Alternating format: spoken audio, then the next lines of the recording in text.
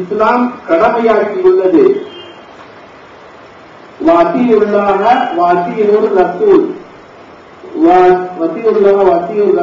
உளில் அம்ரு நிற்கும் உடையவர்கள் ஆட்சி அதிகாரத்தில் உள்ளவர்களே இதன் கருத்து இதில் இரண்டாம் கருத்து இல்லை என்று இந்த 1999 அல்முகின்ல விளக்கமா எழுதிருக்கீங்க. இப்ப இந்த கருத்துக்கு அப்படியே மாற்றமா சொல்லியிருக்கீங்க. இதை மெயினா இதை இஸ்லாத்துல கடமைன்னு சொல்லியிருக்கீங்க. எந்த அடிப்படையில் இப்ப மாற்றமா சொல்லிருக்கீங்க எனக்கு புரியல. இதை பத்தி உங்க விளக்கம் தேவை. அடுத்தது ஜமாத்துக்கு அமீர்கள் உள்ளார்கள். முஸ்லிம் நாடுகளில் ஆட்சியாளர்களாக முஸ்லிம் நாடுகளுக்கு ஆட்சியாளர்கள் உள்ளவங்க கை பார்க்கலாம்.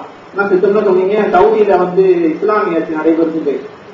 இது சாதாரண ஒரு முஸ்லிமுக்கு தெரியும். இஸ்லாமிய ஆட்சி உலகத்துல இன்னைக்கு எங்கேயுமே இல்லைன்ட்டு. எப்படி ஒரு பால்ல ஒரு சொட்டு ஒரு கிளாஸ் பால்ல ஒரு துளி ரத்தம் கொடுத்தா கூட அது பாலன்னு சொல்ல மாட்டேன், ரத்தம்னு சொல்லுவோம். அந்த அடிப்படையில ஏதோ ஒரு சில விஷயங்களை மட்டும் சவுதியில பின்பற்றாங்கன்னு சொல்றதுனால அது இஸ்லாமிய ஆட்சி நடைபெறுன்னு சொல்றாங்க. இது எந்த அடிப்படையில எனக்கு புரியல. நீங்க சொல்றீங்க குரான் அடிப்படையில குரான் சொன்ன அடிப்படையில முழுமையாக நுழைஞ்சவர்கள் மேடைக்கு மேடை சொல்றீங்க. நீங்க முழுமையான முறை எனக்கு ஒண்ணுமே புரியல. நீங்க சொல்றதுக்கும் செயலுக்கும் முழுமையா எல்லாமே இருக்கு, வித்தியாசமா இருக்கு. போய் முழுமையா நடக்கும்.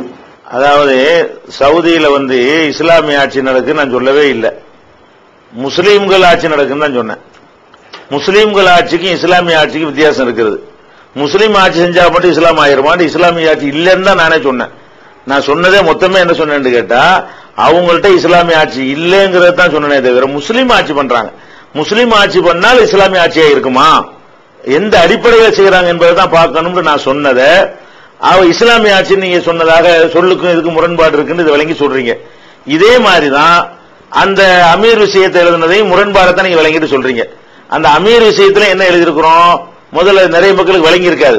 அந்த அமீர் மேட்டர் என்னங்கிறது விளங்காததுனால அது அந்த புஸ்தகம் படிக்காதவங்களுக்கு அது குழப்பம் வரக்கூடாதுங்கிறதுக்கு அதை சொல்லிவிட்டு நீங்க கேட்ட கேள்விக்கு நான் வர்றேன்.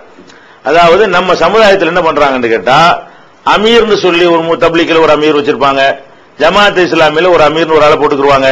10 பேர் இருப்பாங்களா, இவர் தான் அமீர்பாங்க. அமீர் கட்டுப்படுறதுன்னு ஹதீஸ்கள் நிறைய இருக்குது. அந்த ஹதீஸை வச்சுக்கிட்டு இவருக்கு கட்டுப்படணும்ன்றுவாங்க. அதாவது யார் ஒருத்தர் அமீர் கட்டுப்பட்டாரோ அவர் அல்லாஹ்வுக்கு கட்டுப்பட்டாரு, அமீர் கட்டுப்பட்டார் ரசூலு கட்டுப்பட்டாரு, ரசூலு கட்டுப்பட்டார் அல்லாஹ் கட்டுப்பட்டாருலாம் வருது. இந்த மாதிரி ஹதீஸ்களை வச்சுக்கிட்டு என்ன பண்றாங்கன்னு கேட்டா, ஜமாத் இஸ்லாமியில ஒரு ஆள் அமீர்னு வச்சிருப்பாங்க.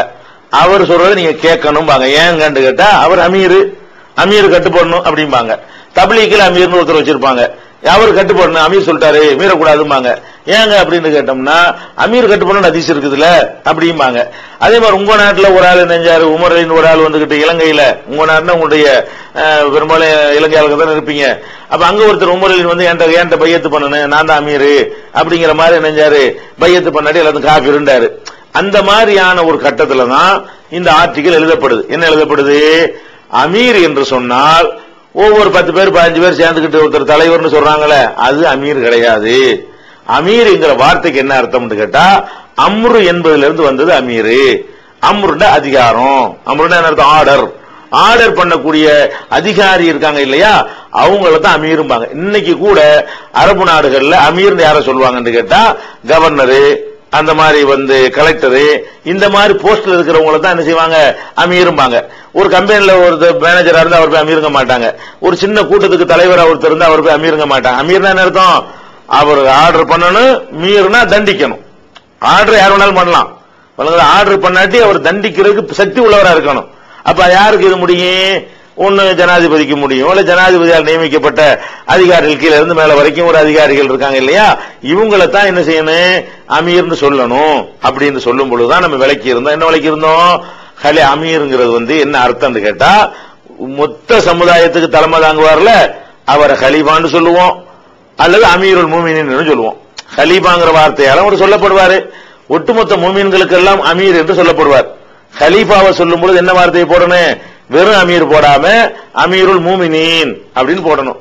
அவர் யாரையெல்லாம் கீழே நியமிக்கிறாரோ, நீ ஈராக்க நீ பாத்துக்க, நீ பஹ்ரைன் நீ பாத்துக்க, நீ கொழும்பு நீ பாத்துக்க, நீ புத்தளத்தை நீ பாத்துக்க அப்படின்னு ஒரு ஆளுடைய இன்சார்ஜ் கொடுக்கிறாருன்னு வைங்க, அவர்லாம் அமீர் ஆயிடுவார். அங்க அதெல்லாம் எழுதியிருக்க அந்த ஆர்டிகல் என்ன எழுதியிருக்கோம், இவர் 10 பேர் வச்சுட்டு இவருக்கு அமீருங்கிறாரு, இந்த 10 பேர் அவர் சொல்றா கேட்பாங்க, அங்க ஒரு 10 பேர் அவர் அமீர் இருக்கிறாரு.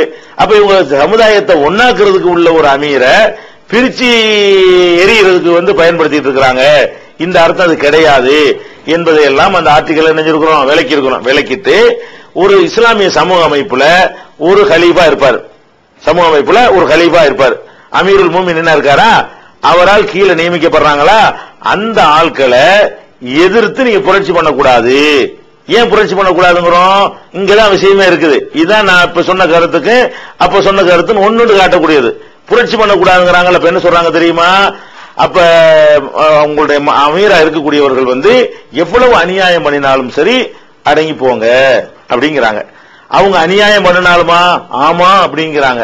ஒயின் லரப லஹரக்க அகத மாலக்க, உன் செல்வத்தை எல்லாம் பறித்து கொண்டாலும் சரி, உன்னுடைய முதுவை போட்டு அடிச்சாலும் சரி, நீ அவங்கள பிரிஞ்சு போயிடாத. ஒரு முஸ்லீம்களுக்கு ஒரு ஆட்சி உண்டாயிருச்சு, இஸ்லாமிய ஆட்சி கிடையாது, முஸ்லீம்களுக்கு ஒரு ஆட்சி, ஒரு பெல்ட் உண்டாயிருச்சு. உண்டானதை உடைச்சிடக்கூடாது. உண்டாயிருச்சுன்னு சொன்னா ஆட்சியாளர் 100% முஸ்லீம் இருக்க மாட்டார். அது ரசூலுல்லாஹ் விளங்கித்தான் சொல்றாங்க. உனக்கு ஆட்சியாளரா வரக்கூடிய ஒருத்தர் அநியாயக்காரரா இருந்தா கூட அதை எதிர்த்து நீ ஒண்ணு பண்ணிவிடாதுன்றாங்க. இப்ப என்ன பண்ணாங்க, அப்ப கேக்குறாங்க, அப்ப எப்பதான் நாங்க செய்யறதுன்னு கேட்டா, அவங்க தொழுகையை நிலைநாட்டுற வரைக்கும் எதிர்த்து போர் செய்யக்கூடாது. தொழுகையை நிலைநாட்டினா அது போதும். அதே மாதிரி குஃபுர் பகிரங்கமா இல்லா அன்தரோ குஃபுரன் பவாகன் இந்தக்கும் மினல்லாஹி புர்ஹானும், தெளிவாக குஃபுர் என்று காட்டக்கூடிய ஆதாரம் இருக்கிற காரியத்தை அவர் செய்தாலே தவிர எதிர்க்க கூடாது. ஒரு முஸ்லிம் ஆட்சியாளர் இருக்கிறாருங்க, அவர் குர்ஆன் படி எதுவுமே செய்யல, ஆனா முஸ்லிம் ஆட்சின்னு அவருக்கு கீழே ஒரு பெல்ட் உண்டாகி போச்சு.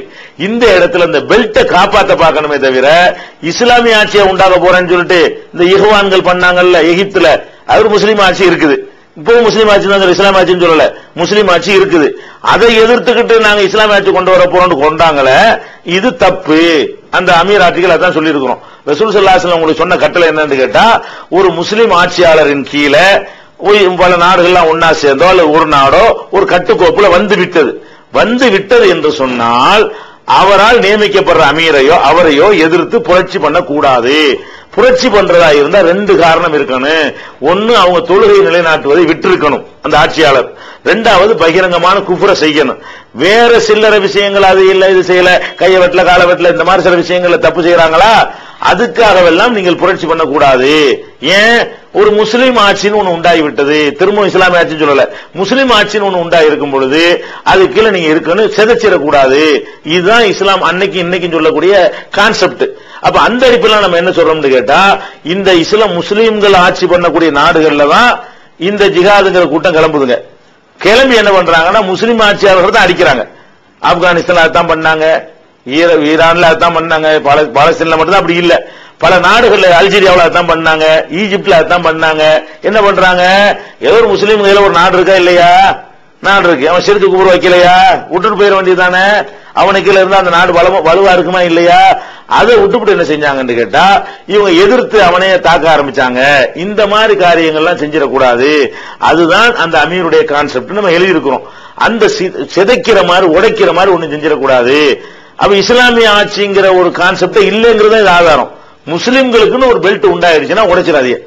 உண்டாகாட்டி பிரச்சனை இல்ல, உண்டாயிருச்சு எல்லாம் சேர்ந்து இந்தியா பூரா முஸ்லீம் ஆகி அல்லது முஸ்லீம்கள் ஆட்சி எல்லாம் ஒரு கட்டுக்கோப்பா வந்துருச்சுன்னு சொல்லும் பொழுது சின்ன சின்ன காரணத்தை காட்டி ஒண்ணும் செய்யக்கூடாது. அதனாலதான் யசீத் இருக்காருல, யசீதுட்ட போய் இப்னு உமர் பையத்து பண்ணாங்க.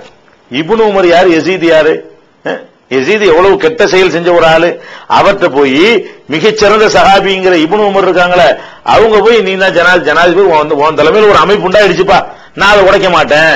ஹுசைனோட யாருமே மக்கள் போகல, கர்பலான்னு போனாங்களே, ஹுசைன் ரலியல்லாஹு போய் ஆட்சி எதிர்க்கிறாரு. ஒட்டுமொத்த சஹாபாக்கள் அதுக்கு ஒத்துழைக்கல, 60 பேர் தான் அவரோட போனாங்க. அவருடைய குடும்பத்தாரில் முக்காவாசி பேர், அவருடைய குடும்பத்தாரும் ஒரு 15 பேர் தான் அவருக்கு போனாங்களே தவிர ஒட்டுமொத்த உம்மத்தும் ஹுசைனோட போகவே இல்லை, யசீதோட நின்றாங்க. ஏன் நின்றாங்க, யசீத் நல்லவருங்கிறதுக்காக இல்ல, ஒரு முஸ்லிம் கவர்மெண்ட் இருந்தால் அதை எதிர்க்க கூடாது, அவ்வளவுதான் மேட்ரு. அவன் தொழுகிறானா, சிறுக்கு வைக்கலையா, விட்டு நாளை பின்ன வேற ஒரு நல்லவன் நாளைக்கு சரியான முறையில் அமைக்கிற ஒருத்தன் வருவான், இன்னொரு எதிரிகள் உன்னை அழிச்சிடாம இருக்கிறதுக்கு ஒரு பலமா வச்சு நிற்பான், அதனால அதுதான் இஸ்லாத்துல குறைஞ்சபட்சம் நமக்கு எதிர்பார்க்கப்படுதே தவிர இவங்க அந்த மாதிரி இருக்கிற நாடுகள்ல தான் இந்த விஷத்தை விதைச்சாங்க. எந்த மாதிரி நாடுகள்ல ஒரு முஸ்லீம் கையில ஒரு நாடு இருக்கும், ஒரு கட்டுக்கோப்பா இருக்கும், அந்த மாதிரி இருக்கிற ஒரு நாட்டுல போய்கிட்டு இது இஸ்லாமிய நாடு இல்ல, இது இஸ்லாமிய ஆட்சி இல்லன்னு சொல்லிட்டு பாகிஸ்தான்ல ஒழுங்கா தான் இருந்துச்சு, அதுல போய் நான் இஸ்லாமிய ஆட்சி உண்டாக போறேன்னு இவர் சொல்லித்தான் நினைஞ்சாரு. இன்னைக்கு அவர் விதைச்ச விதை, மௌதூதி விதைச்ச விதை இன்னைக்கு பள்ளிவாசல்ல பெருநாளை கொண்டு வைக்கிறான். பெருநாள் அன்னைக்கு என்ன பண்றான், பள்ளிவாசல்ல போய் ஷியா பள்ளியில இவன் கொண்டு வைக்கிறான், அவன் பள்ளியில இவன் கொண்டு வைக்கிறான். அந்த கொளுத்தி போட்ட தாக்கம் இதுதான் தப்புன்றதை நம்ம சொல்ல வர்றோம். இது ஆட்சிங்கிற அடிப்படையில் வரும்பொழுதெல்லாம் இந்த மாதிரி கொலையும் கொள்ளையும் நடந்து கொண்டே இருக்கிறது. இதை விட்டுருங்க, இது அமீருக்கு இதுக்கு சம்பந்தம் இல்ல. ஒரு கவர்மெண்ட் உண்டானா கட்டுப்பட்டு போங்க. கவர்மெண்ட் உண்டாகலையா, இருக்கிறது காபிரான கவர்மெண்டா, அதுல கூட உங்களுடைய மார்க்கத்தை கடைபிடிக்கிற மாதிரி இருந்தா அதுல கட்டுப்பட்டு வாழுங்க. இஸ்லாத்தை கடைபிடிக்க முடியாத நிலை வருதா, நாட்டை மாத்திட்டு ஹிஜ்ரத் பண்ணிட்டு வேற நாட்டுக்கு போயிருங்க. போன பிறகு உங்களுக்கு அடக்குமுறை தாங்க முடியலையா, அவனை விட நீங்க 33% இருக்கிறீங்க, அவன் 66% இருக்கிறான், அப்ப உங்களுக்கு ஜிஹாது கடமை. இப்படியான ஒரு எல்லாத்தையும் ஒருங்கிணைச்சு நம்ம ஒரு கருத்தை சொல்றோம். அன்னைக்கு சொன்னது இன்னைக்கு சொன்னதுல எந்த ஒரு மாற்றமும் வந்தது கிடையாது. அதைத்தான் இப்பவும் சொன்ன, இப்ப சொன்னது தப்பும் சொல்லிருக்கோம்.